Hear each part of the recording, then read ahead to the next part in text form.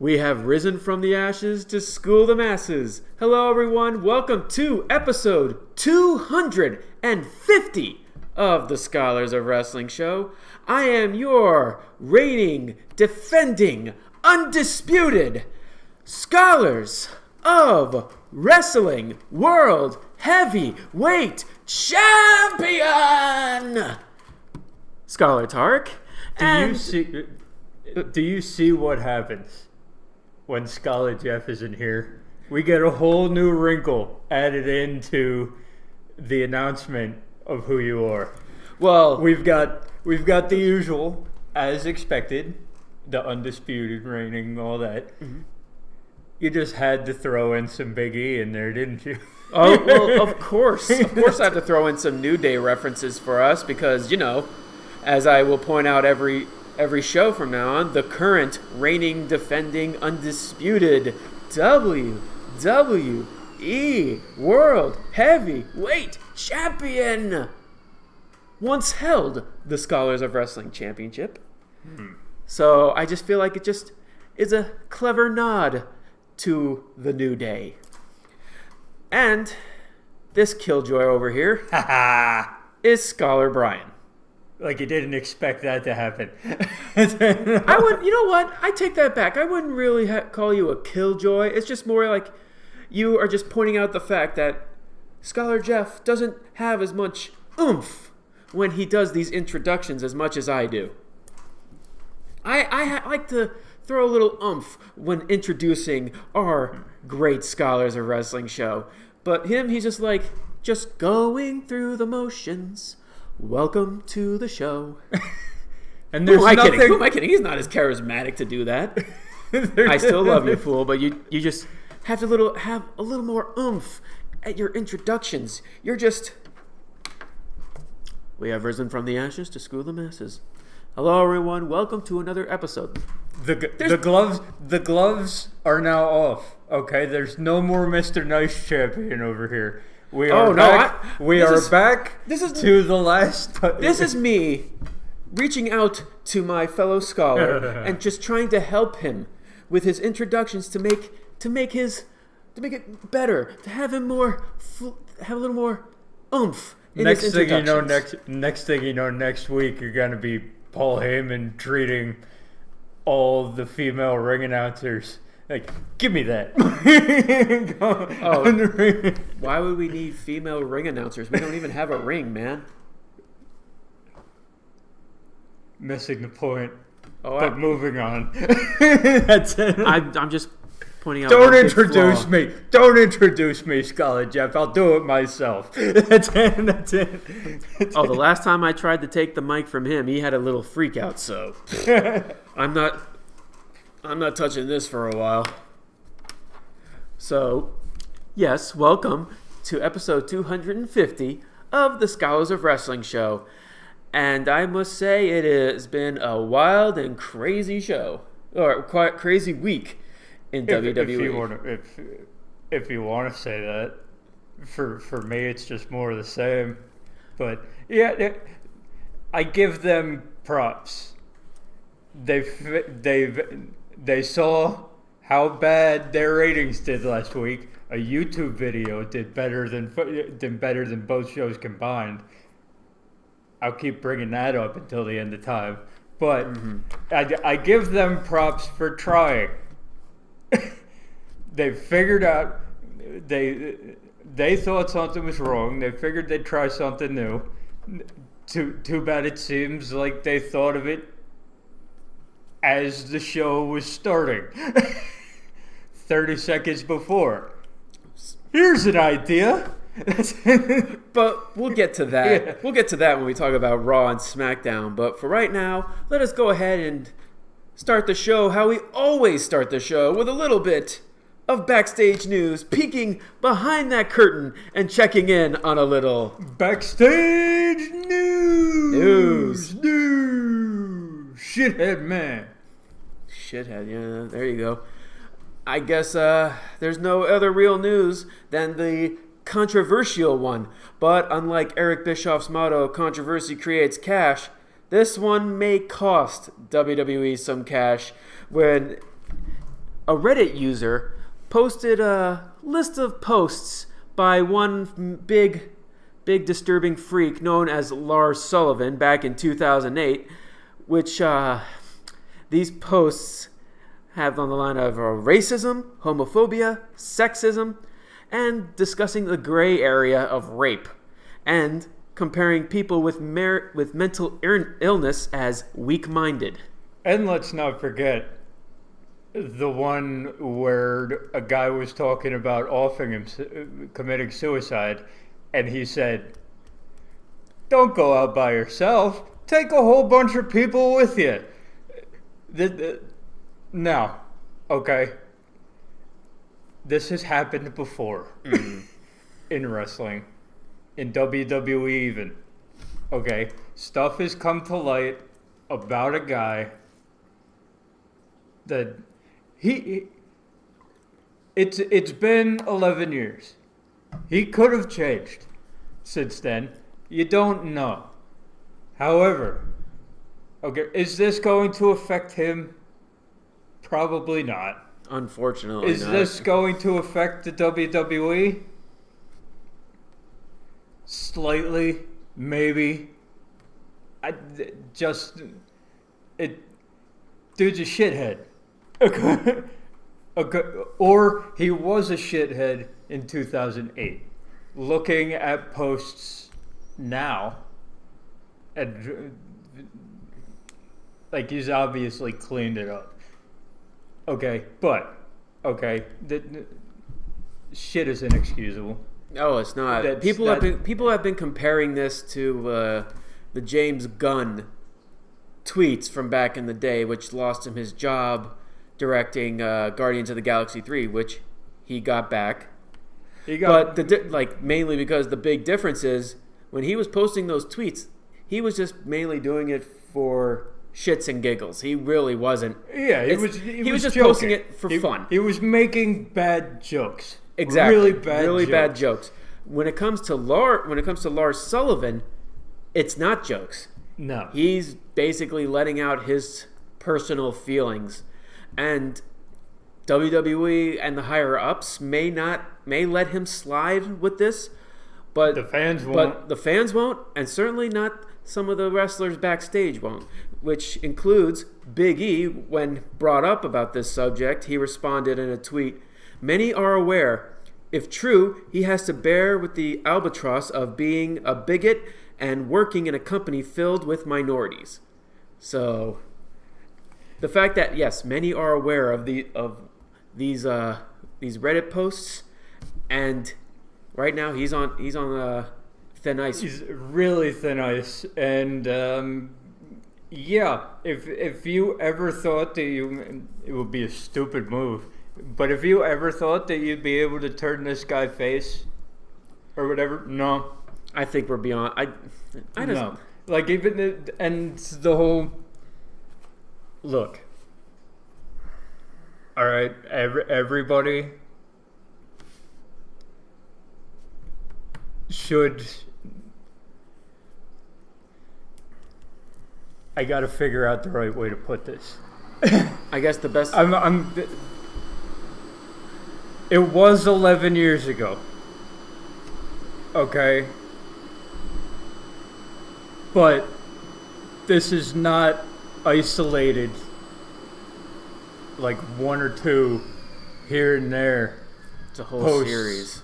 Posts about certain things. It's running the gamut. Okay, anything fucked up that someone could talk about in fucked up ways, he did it, not in a joking way, and it's now out there. The stigma is out there. You're not going to be able to wash that off. Yes, it's been 11 years, but, okay, you got to understand that people online are trying to fuck you up. They're trying to fuck up your career and all that. They're looking for any way to tear you down. So, you gotta understand that you can't put shit like that on social media because the people these days, they will find it. Oh, yes, absolutely.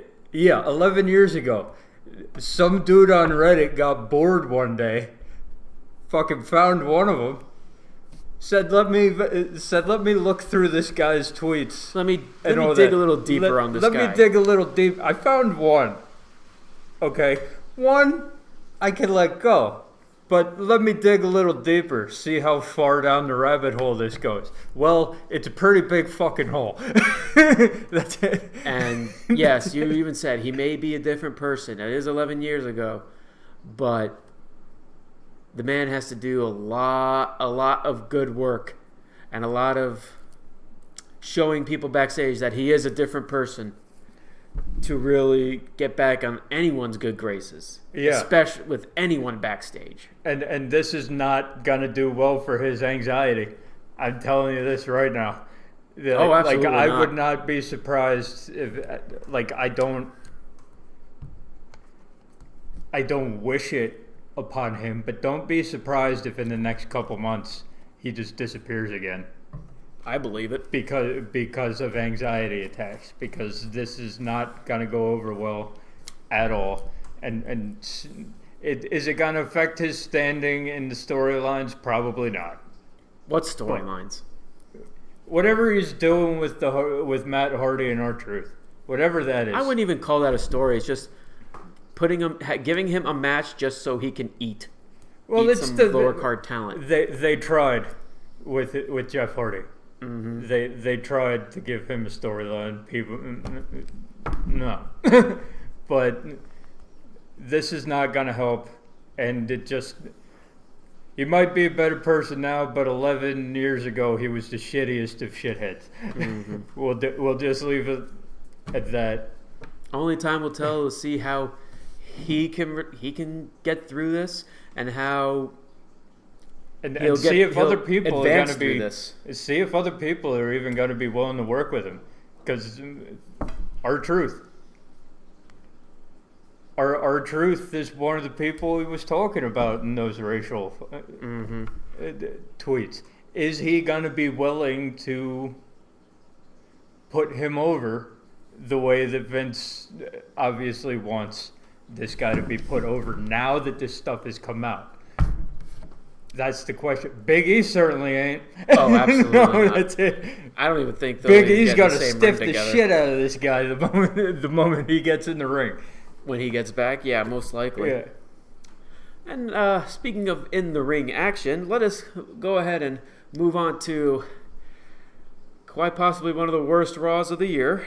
Which is saying something after last week. Oh, You thought it couldn't get worse. I'm not gonna lie. I actually do think last week was a worse show, but this one was very close at it. With Vince McMahon starting the show, which led to Roman Reigns, which he tweeted about during the weekend that he was going to show up. Yeah, we knew he was going to do it. Yeah, we just didn't know why. I just didn't like this, and. Who else comes out to follow him but the returning Daniel Bryan from injury? And then you have Kofi Kingston. And then you bring out Kofi Kingston and leads to a war with words between the two. And then comes out Drew McIntyre. Who comes out angry Scottish man going after Roman. It's a repeat of every Raw and Smackdown before WrestleMania. Mm-hmm. They're not saying anything new.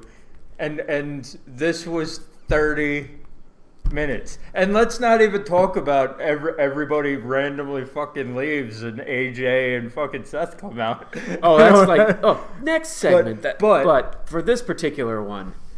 The idea that they put forth from Vince McMahon at the beginning before everybody started coming in. It's a good idea. If you knew how to implement it for this show before. It felt like 30 seconds before the show started, Vince before he walked out, he was like, "I've got an idea." I'm not gonna lie. That's it. It felt even worse than you saying 30 seconds. I think he figured that out on the spot, with how he was explaining it and how he was just rambling on, and just the confusion on most of the wrestlers' face when he posted that, when he announced this. He pretty much looks like he just pretty much took all. It's like, all you SmackDown guys, come to Raw. I got a special announcement. And then here it is, similar to how Roman announced his leukemia and how he's back, how he's in remission. And then he just decides, hey, how about some, because of this new wild card rule, which, how he puts it, at least when he first announced it, 3 superstars from SmackDown can show up on Raw, and 3 Raw superstars can show up on SmackDown whenever they want. Which adds even more later on the show. Which, in and of itself, could be a good idea. It could be. Okay, I'm willing to give it a shot for the time being because it's something new. It is something new. It's something new, and I just wish that they had planned it out better. Because you could see later on in the week how good it could actually work. But as for this show, right here, okay, the entire first 30 minutes, the entire segment is just confusion. That's it. All of it. It's just confusion and Roman Reigns talking, which is almost never a good thing. I think the one thing that upset me the most about this Roman Reigns promo is that he just says, "Oh, I'm a SmackDown guy, but I could just show up on Raw anytime I want." It's just like, for me, it's more like I don't want to. It's like, oh, SmackDown. I don't want, like, SmackDown is not good enough for me. I want to show up on both shows. It's just basically, I feel like it talks down both Raw and SmackDown, how both shows need Roman Reigns. And I didn't take it like that. I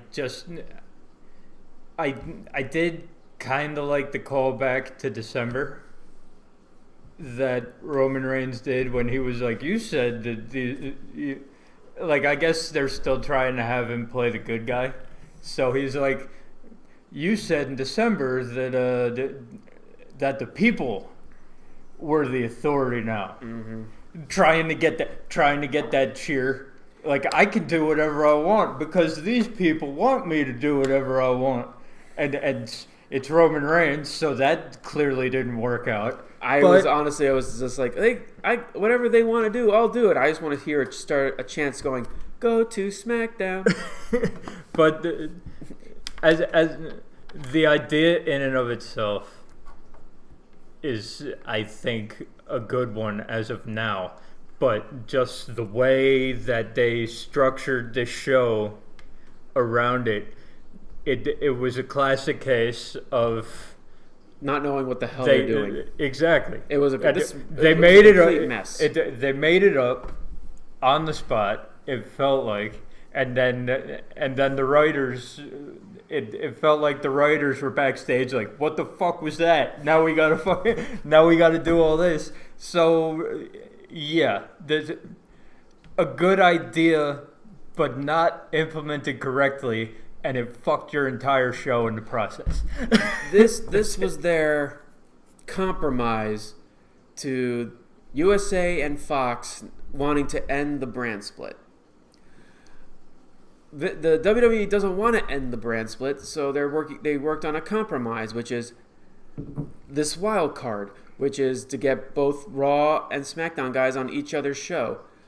Personally, I don't like it. I'm not a fan of it. Because I'm one of those guys, I liked the idea of the brand split. I like the idea of having 2 separate brands featuring, because without the brand split, you don't have Kofi Kingston as a champion. It's not even more than just that. Because when you look at the roster, this is quite possibly one of the best rosters WWE has had in a long time. and it is just stacked and stacked. There are just so many guys that if you have the brand split, you can put them on TV and get them airtime. Yeah, and if you don't have the brand, even now, because of these past couple of weeks with these incredibly low ratings, most of these guys don't even get to show up on the shows that they're branded on. So now if they're slowly dropping the brand split, any chance of these guys getting TV time is slowly out the window. And that's the problem when you get these big TV contracts, because you do have to cater to the ones who are giving you money. It's just a way of life. We don't have to like it, but we kind of do have to accept it because it's coming. The brand split, this is the beginning. Okay? If Fox is telling WWE they want to end the brand split, it's gonna happen. Because Fox is paying them a shit ton of money for this show, and with the amount of money they're giving up, you're gonna have to listen to them. We don't have to like it. But the end of the brand split is coming. It's a goddamn shame because so many guys are just going to be wasted talent. Yep. You won't even get to see them. You probably only see them on Superstars, Main Event, whatever the hell they have now. It's just a goddamn shame. And at least in response to what happened last week, where it's like, oh, so they're going to revamp Robert Roode, and he gave Ricochet his first loss, which is such a big deal. And then they throw in the fact that he wasn't even on the show last week, and Ricochet is in the Money in the Bank ladder match, and Robert Roode isn't. Well, of course, the WWE must have heard that backlash, and so they had this Robert Roode versus Ricochet match. And I just personally feel like I personally feel that they put this match together just to shut the fans up. Obviously. Oh yeah. I mean that. And now we have 50-50 booking from it. There's an ingrained story there. I mean, like, Bobby Roode beat Ricochet. Mm-hmm. Okay. How does Ricochet get into the Money in the Bank ladder match and I don't? That's just basic good storytelling there. It's like, I love just they have Renee just like, blow it off. That's ridiculous. You thought that it's like when you heard about this match, you were like, oh, the beginning of something, maybe, and then nope. You realize what show you're watching. And then you realize what's about to happen. It's like, let's just get rid of this 5-minute squash. Ricochet beats Robert Roode. We're done here. We're moving on. It's like, let's just get rid of this little typical WWE booking plot hole. That's it. But there's a plot hole in the story. You called out that plot hole. We're just gonna tidy that up. Yeah, and get exactly. It over there. And it's even funny since we're talking about Money in the Bank, which Raw really didn't seem to really focus on. Like, other than just having Rollins and Styles versus Corbin and Lashley, which continues the storyline of AJ Styles accidentally phenomenal forearming Seth Rollins. It's the classic trope. And, like, at first he's like, well, I accidentally hit him, but whatever. Goodbye. Can we come up with something new, fresh, and exciting? No. We got to go back to the old trope of we're going to have two guys who are facing each other at the pay-per-view for the title. We're going to team them up. What did you think was going to happen? Either it's going to end the disqualification of them beating the hell out of each other, or miscommunication that takes one of them out and then causes them both the match. Yeah, and here's the other problem. Baron Corbin has a pin on the Universal Champion. Guess who is your next number one contender? That's exactly. God damn it. That is exactly why Baron Corbin got this pin, just so they can plant the seed. I pinned the champion, so next pay-per-view, I'm the number one contender. That'll put butts in the seats. That'll raise your ratings. Yeah, Baron Corbin, the WWE's savior of the ratings drop. Yeah, he's the reason. He's the reason your ratings dropped. Oh no! Don't feed into their it's all Baron Corbin's fault. This is just as much everyone who's involved with creative back. That's the reason these ratings are low. Don't feed into that propaganda that it's all Baron Corbin's fault. No doubt, it's because It's not Baron Corbin's the person's fault. It's the WWE creative team are pushing people that we don't want to be pushed down our throats. Baron Corbin being one of the main two. We all know who the other one is. I don't need to say it. Continuing with that trope, we got WrestleMania rematch number 1 with Roman Reigns versus Drew McIntyre. I'll say this. It was better than their Mania match. Yes. Once again, not saying much. We go to the trope. Okay, Raw was full of them. No clean victories. Gotta keep them both looking strong. Gotta keep them both looking strong. Because, Drew McIntyre can't really, they can't afford to have Drew McIntyre get a win over Roman Reigns because it'll hurt Roman Reigns so much. But because we can't. He's at a point where he needs a win. You need to keep Roman Reigns strong. I hated this.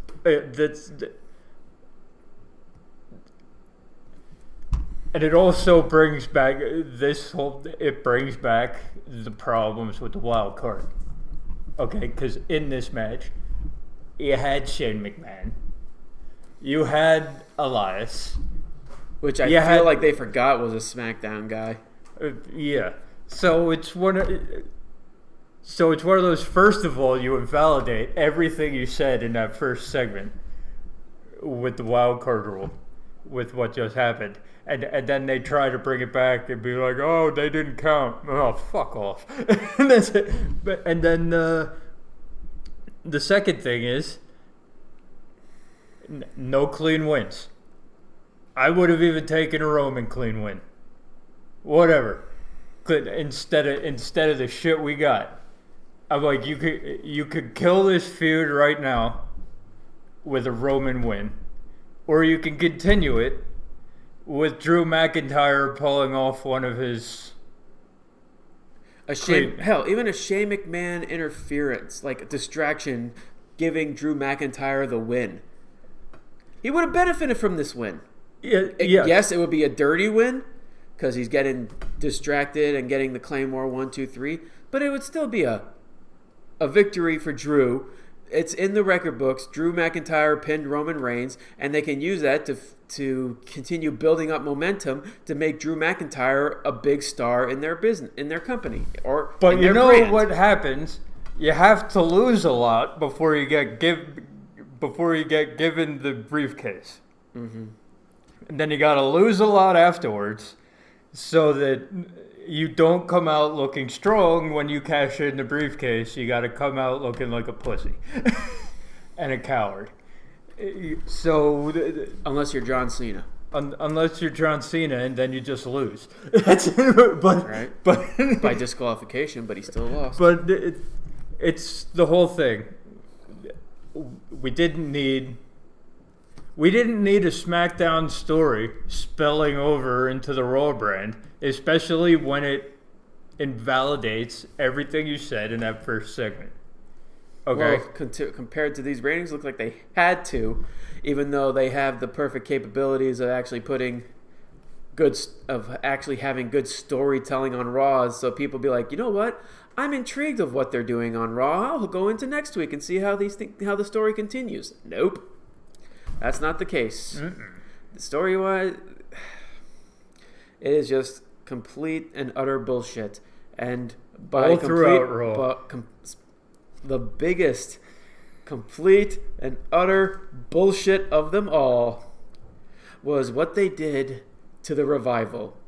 First they throw off the hints that you see the Usos coming in and they're all like, tee hee, ha ha ha, aren't we the funniest?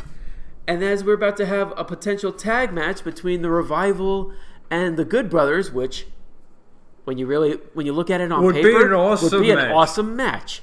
But no, instead these two are being booked to shit. So now in a shit segment where the Usos have switched whatever the Revival uses for their crotch with like a burning cream, and they're just basically with the Usos version of Icy Hot, Oozy Hot. Ha ha ha ha. This whole segment sucked. I'll say this before you get into the rant. Okay. I'll give this to the Revival. Okay. They sold this 100%. Oh, okay. They absolutely did. They sold it 100%. My issue here is, okay, the Revival's on their way out. We know that. Okay, you're bringing the Usos down with them. You're bringing down your best tag team that you have with them to make the Revival look like idiots on their way out. Because this is just something that's my main problem. It's something that both teams, when you look at their past, this is not in their characters. The Usos in this are made to basically look like complete and utter assholes. Because other than the Revival saying that they're the best tag team on Raw, they don't deserve this kind of treatment. This is a completely different Usos characters than what we got when they were on SmackDown, when we were talking about how awesome they were with their new Uso penitentiary gimmick. Now they're just more like complete assholes. They're going back to the way they were. Comedic. Before the penitentiary, when they were faces and we couldn't stand them on our screen. No, I wouldn't go that far because they were just a generic face tag team that were just Samoans and related to Roman Reigns. That's why they kept winning. In this one, there's like, let's not have them be the penitentiary characters. Let's just have them be random asshole, best way to put it, bullies to the heels, and that actually makes the heels the more sympathetic characters. Where's Ryback when you need him? I don't like bullies. I'm going to show you what I feel about bullies.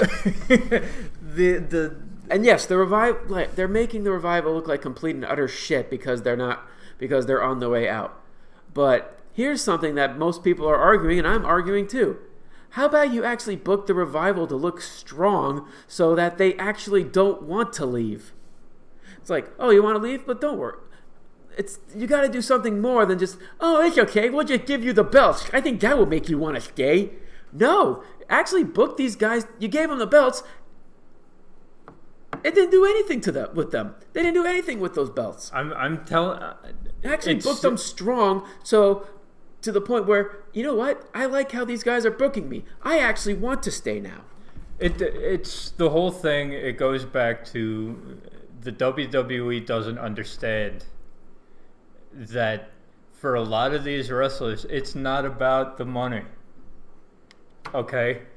Ambrose, Banks, Harper, Leo Rush even. That's it. Oh, I wouldn't add Leo Rush to this one. The man is digging his own grave. And the Revival. Okay. They don't like the way they're being used. They think they can be used better somewhere else. No amount of money or titles that you throw at them. The Revival knew that they got the tag team titles thrown on them to try to keep them there. But it's still the argument that, yes, we got. I'm just adding on to what you're saying. Yes, we got the tag titles, but you're not doing anything with us to actually make us look like tag team champions. You're just basically just keeping us here, trying to basically bribe us. Yeah, so to make your other guys look stronger. Yeah, so you knew as soon as they lost those titles, they're back on the we're leaving train. We're on our way out. That's it. And it's just a shame because now the reports are saying that Harper's just basically being pulled out of every show that he was scheduled to be on. Same thing with Sasha Banks. This is the WWE just being dicks in Harper's case. Oh, we don't want you to go anywhere. We don't want you to go anywhere. We're not gonna give you. We're basically holding you against our will. We're gonna add 6 months to your contract. We're gonna hold you against your will. You're not gonna go anywhere. We're not gonna let you go anywhere, and we're not gonna let you do anything. So if the WWE treats their employees like that, why should we fucking care? When the news comes out, oh, Luke Harper says fuck this company. Yes, fuck this company. I don't like Sasha Banks at all. But she has a point. She has a point. And the best thing I could really say is, like, well, one thing, having your husband basically speak on your behalf is kind of, in my opinion, kind of wimpish. I'm not saying she's going about it the right way. I'm just saying she's got a point in that hers is the example of going about it the wrong way. Like, Ambrose, Harper, I wouldn't even say the Revival, yeah. The Revival are going about it the right way. Like, we're not re-signing our contracts. You can make us look like shit all you want. We'll fucking we know how that the fans know what we're capable of. We'll keep doing what we're doing. We'll do it to the best of our ability. You can book us however you want to book us, but when my contract runs out, I'm done. Mm-hmm. That's it. There's nothing you can say or do. They're not throwing pity parties in the back at WrestleMania and just disappearing off the face of the earth. They're doing the things that they're enjoying doing. Yeah. Getting in the ring. With Sasha Banks, I feel like she's really she feels like she should be in a better position, and it's like, I feel like it's what her views on it is just kind of selfish, because her refusing to come to work. She's going the CM Punk route. She's basically, well, CM Punk just walked out. It's not like, it's like, yeah, I'm just basically, I signed a new deal. I'm Sasha Banks. I signed a new deal. I don't like where you're going with, so I'm just going to sit. I'm not going to walk out, but I'm just going to sit out. And in my opinion, it's just her saying, fuck the fans. Yeah. And I just feel like if she ever decides to come back on TV, people won't welcome her with open arms. The kids maybe, because they don't know any better. But us who actually follow this business, we won't accept you. I never accepted you to begin with, and this just basically put that final nail in the coffin. Is that, yeah, you don't give a shit about actually like entertaining us, the fans? Fuck you. I actually had to throw 2 on that one. Take your ball, go home, go into the land of CM Punk. And even with that, what business would actually want to work with you with how you're doing this work ethic? Yeah, what promotion? AEW is not going to take you. Not a chance in hell. ROH, NJPW? NJPW is more... You try to pull this shit with them. Oh. The only place I can actually see her actually going is maybe Impact. Yeah. Because they'll just take anybody. They'll take anybody in off the street at this point. Mm-hmm. And with that aside, let's close out Raw with the final match of the night. Kofi versus Daniel Bryan, the WrestleMania rematch number 2 for the WWE Championship, and this was quite possibly one of the best things on Raw. It was good. It was very good. It was your... Whenever there's a title match on Raw, this is your prototypical. This is how it goes. So is it as good as their WrestleMania match? Not by a long shot. It was a. This was the final chapter of the feud. It was a very good Raw main event. This was the final chapter of this feud, and I actually think it ended greatly. Yeah, it was a very good Raw main event. It didn't aspire to be anything more than that, and that's fine. It was very good, and it did what it needed to do. And it gave Daniel Bryan the ability to move into his new storyline, which we'll get to. When we talk about SmackDown. And it gave you a big. Didn't turn out to matter in the end, but it did give you a big Raw main event to look forward to throughout all the bullshit that was going on before. You're like, and leave it to a couple of SmackDown guys to give you a great Raw main event. You're sitting through all this that we just took a shit on, and the thing in the back of your head is, at least we have that title match to look forward to. Please don't fuck this up. Please don't screw this up. All that, and they didn't. They stuck the landing. It was good. It was a good ending to a very shitty show. But before we go on to SmackDown, let us go ahead and enjoy a little our time at the Firefly Funhouse. New episode this week, and unfortunately we had to say goodbye to a character we were just introduced last week. R.I.P. Ramblin' Rabbit. The episode opens with Mercy the Buzzard feasting on Ramblin' Rabbit's corpse. And how about that, shareholders? And how about how about that, shareholders? Jesus. Talk about doubling down. and his excuse, I'm not trying to get him. He's trying to get me to follow his beliefs and all that. He's like, that's not me. And how does Bray Wyatt react? You should be rewarded. Let's go on a picnic. And then he has a bunch of kids in his fun house. Only they don't look like they're having fun. They look like they're in some kind of evil trance where they're just...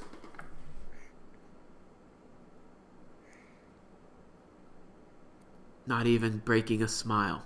Like It was creepy. It definitely sent a chill down my spine. And I loved every second of it. This is exactly what the character and the worker needed. Mm-hmm. He needed time off.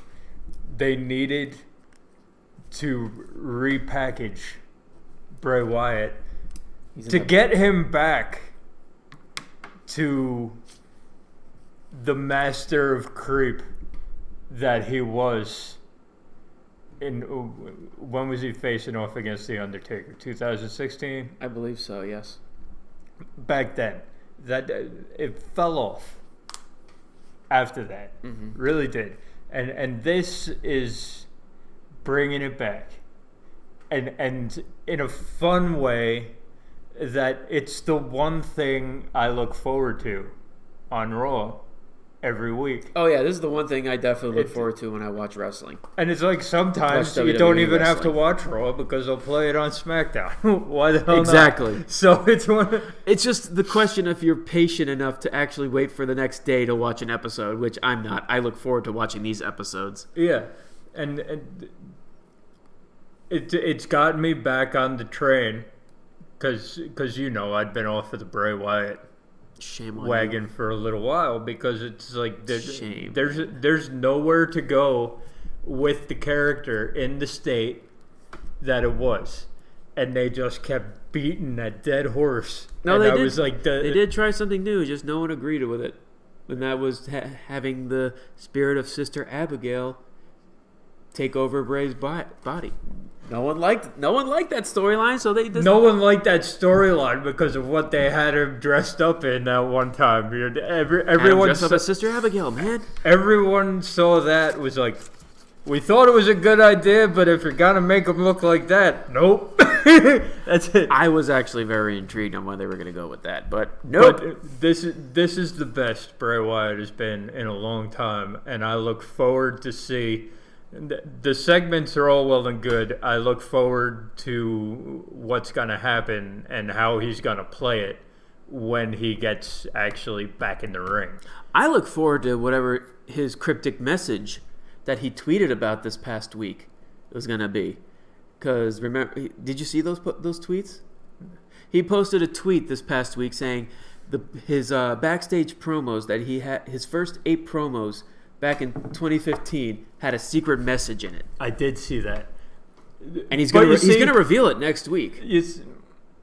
He announced he's gonna because no one was able to get the message. He said because people were trying, and then a whole bunch of people were very close. Whole bunch of people were actually like, well, what if he's just being that guy who's just sending us on a wild goose chase and making us all, and he's just sitting behind his laptop or on his cell phone just laughing every time he gets it. I definitely think he's planning something, and I can't wait to see what he brings us. Yeah, next week. But the big thing here is the character and the segments are all well and good.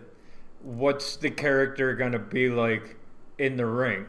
How is his new Firefly Funhouse character? How is it gonna translate into the ring? Like, is he gonna show up all happy and then? Oh, he's gonna come. When he comes out, his music is gonna be the the Firefly Funhouse music. It's gonna just do. We're really glad that you're our friends. This is the magic that'll never ever end. And when it starts going the jingle. He's going to just come out and wave to everyone, and he's just going to be coming out, and you're just going to see him have the heel and hurt gloves. Oh, my God. It's going to be so great. I kind of want it to be like a hybrid, half and half. Like the beginning is all that, and then he gets halfway down the ring, and then the lights go out, and you do and the old theme song comes on. Maybe. So it's like you've got the happy, fun time, Bray Wyatt, but the closer he gets to the ring, he starts going back into that zone. Like even just like while he's walking to the ring, he's waving, he's saying hi to everyone, shaking everyone's hands. But the second he crosses that line that's from the ramp to the ringside,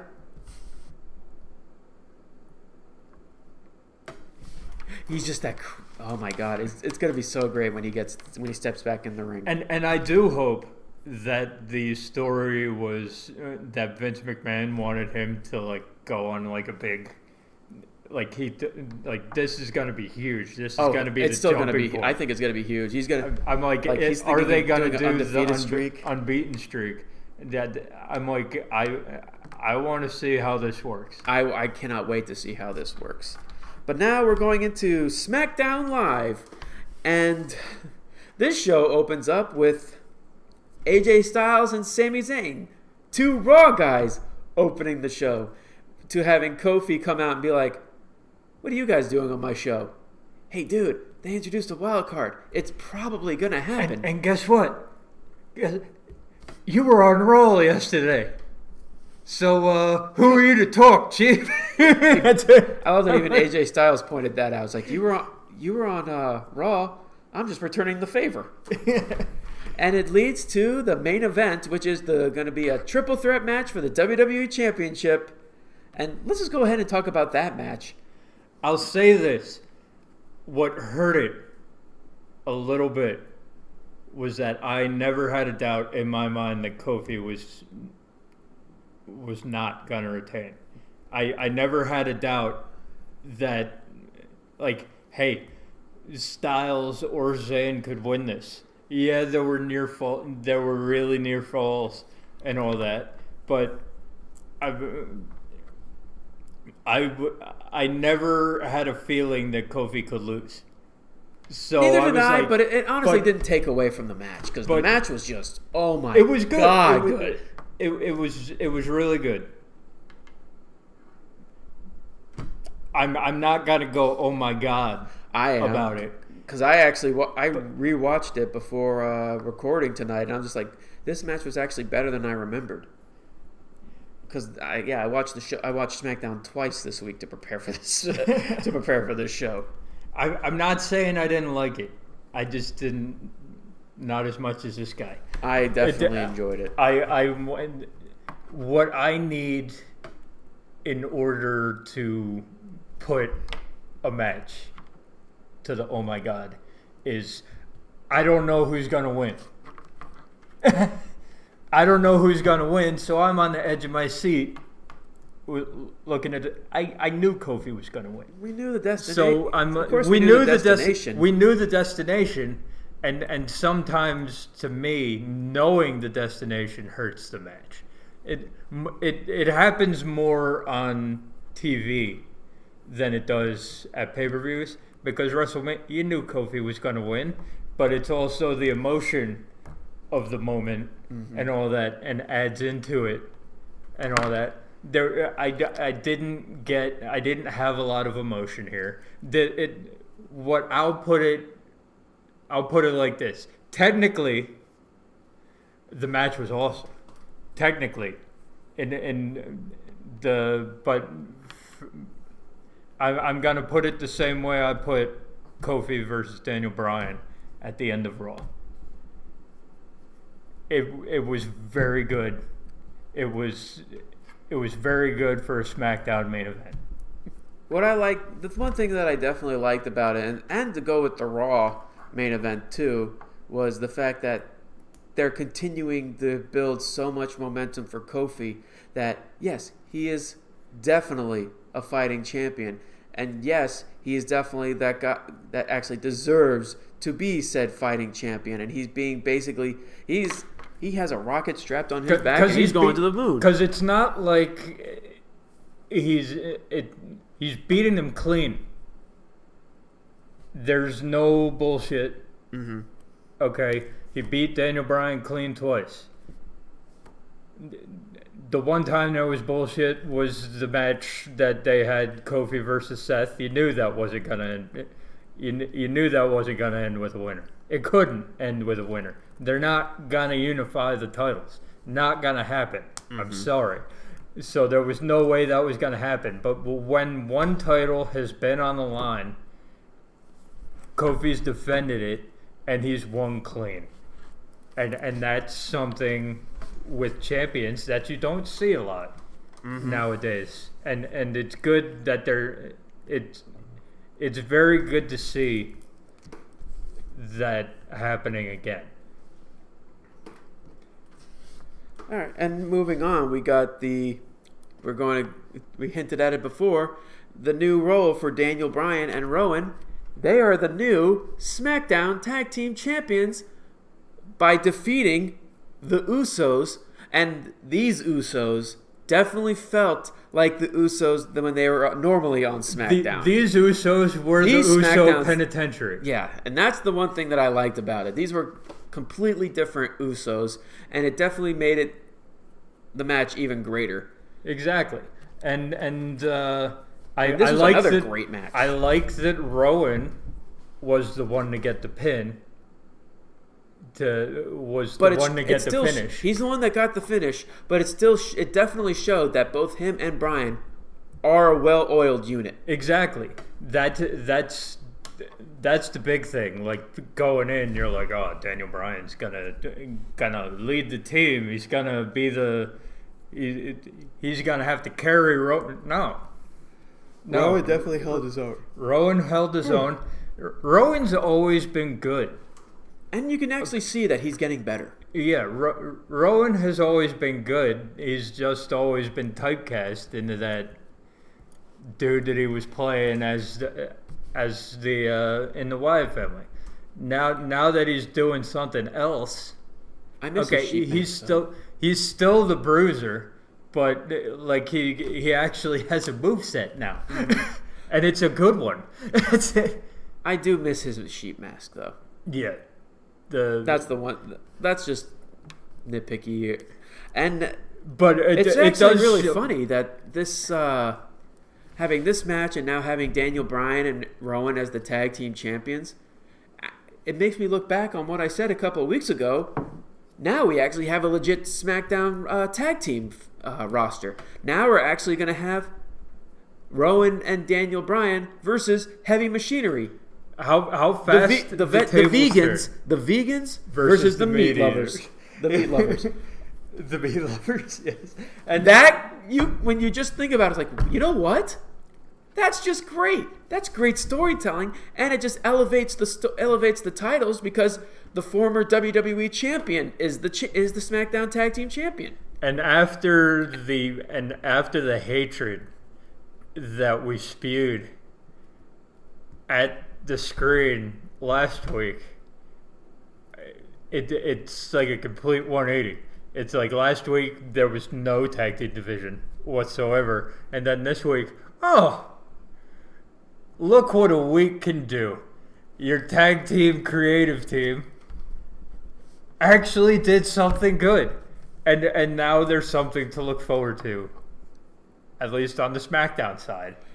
I will say I'm still not a huge fan of the wild card rule, but it definitely shows that they actually planned it more out to prepare for this show, because it definitely flowed. SmackDown definitely flowed a lot better than what Raw did. Raw did. That's kind of why the big feeling is that they came up with that like on the spot or 30 seconds before the show and had no time to work out the kinks. Give them 24 hours, you got a much better show. And doing the same thing.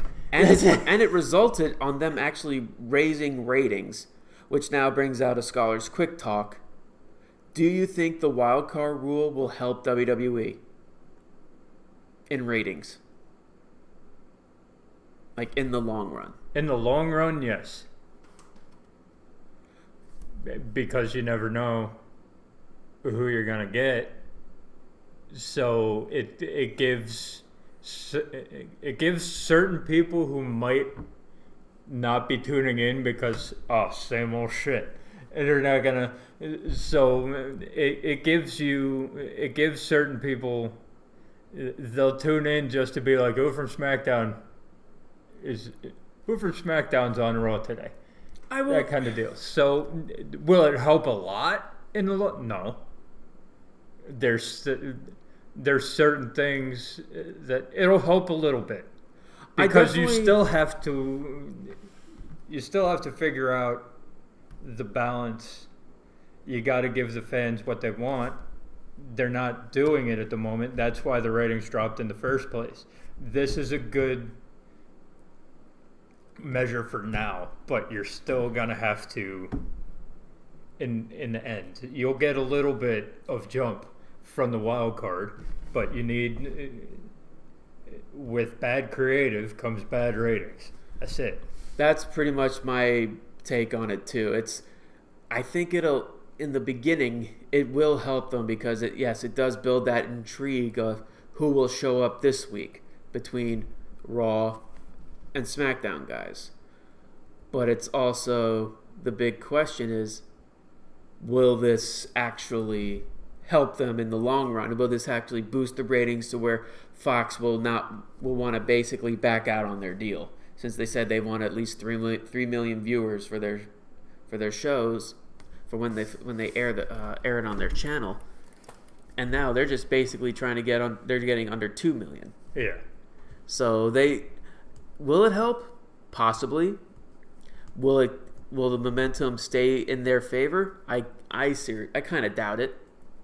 Because bad creative is bad creative, and that's the reason your ratings are low in the first place. WWE's biggest problem is, at least recently, is that they're not trying to promote stars; they're trying to promote the brand. Yes, and it's hard to promote the brand when you have no one that people are coming to see other than just one guy. Hence Roman Reigns, which, for SmackDown, they had basically a video package saying how awesome he is, and that just basically infuriates me because it's basically going back to what we said last week.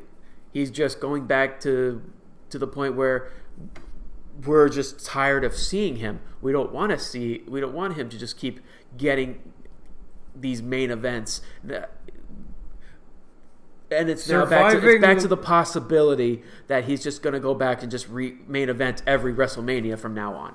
Surviving leukemia only goes so far in the mind of the fans. For a few weeks, okay, you get the welcome back. Mm-hmm. Thank you.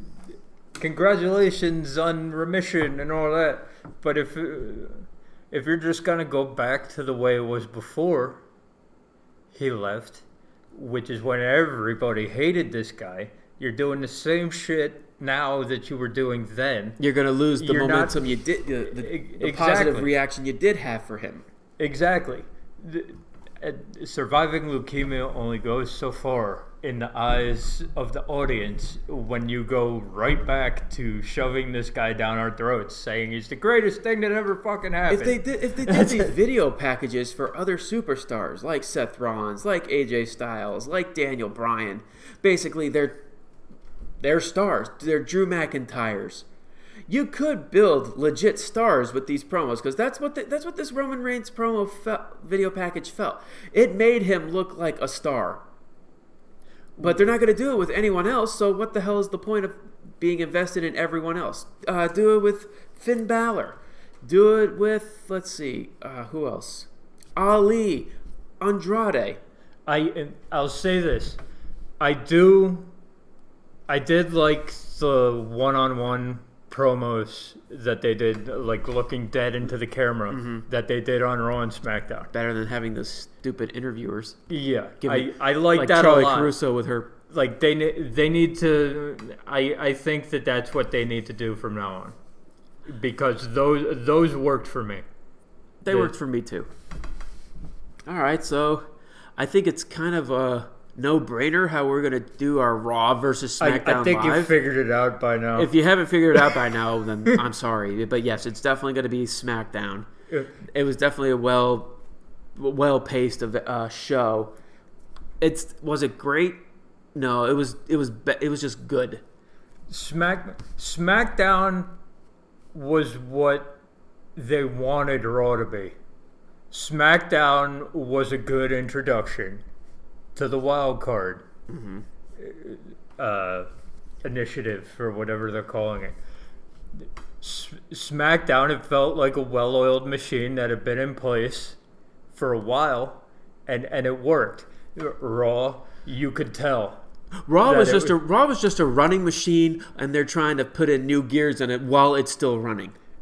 Yeah, not gonna work. Yeah, and it was a complete mess. Yeah, so easily SmackDown. No one in their right mind could. I want to know if anyone can tell me that Raw was the better show this week, and I want you to explain yourself. I guess that's a good way to segue into our closing. We want to know what you guys thought. What do you guys think of the new wild card rule? Do you think it helped Raw? Do you think it helped SmackDown? At least how he puts it. Do you name someone who can say Raw was good? Good luck.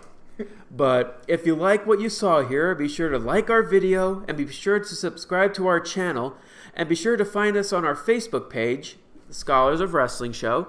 And if you want to follow us on Twitter, you can follow the Scholars of Wrestling at ScholarsOW. You can follow me at The Avatar, Brian, where can they reach you? You can follow me at Atomic Beanpole. And you can find Scholar Jeff at I'm Robbie Rage. Well, like I said, it was definitely one wild and crazy week in WWE.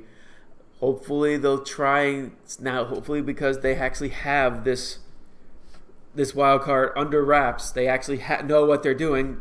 Hopefully we can build for Money in the Bank this week. Hopefully we'll just get a better show. Because it's the go-home show. That's right. Oh my God, Money in the Bank is next week, and it's all you and Jeff. Yeah. Going for the beef case, which unfortunately it's not hanging above us this week, sadly. But all right, well, I know what it's going to come down to.